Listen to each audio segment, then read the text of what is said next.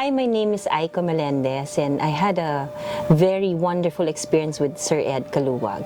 Number one, kasi nung una, pagdating ko dito, hindi ko ina-expect si Sir Ed to be a card reader or a crow reader.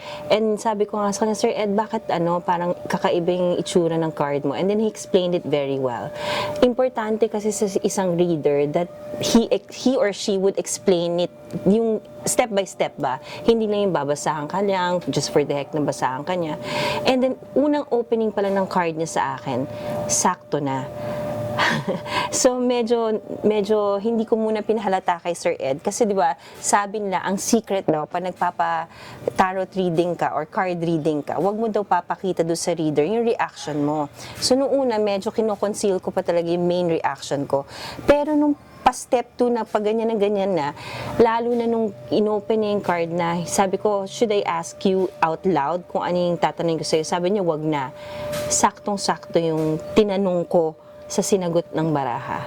Kaya, solid. Kaya hindi ako makareact talaga nung latter part na kasi nga, sobrang sakto. Tapos, na-explain niya talaga eh. Very clear yung pagkaka-read niya sa akin. Kaya, thank you for this experience. It's something new. Although, sabi ko nga, marami na nag-read sa akin. Pero the way yung pag-read sa akin ni Sir Ed, kakaiba kasi in-explain niya talaga detailed. And sa sobrang kadetalyado, nawindang ako.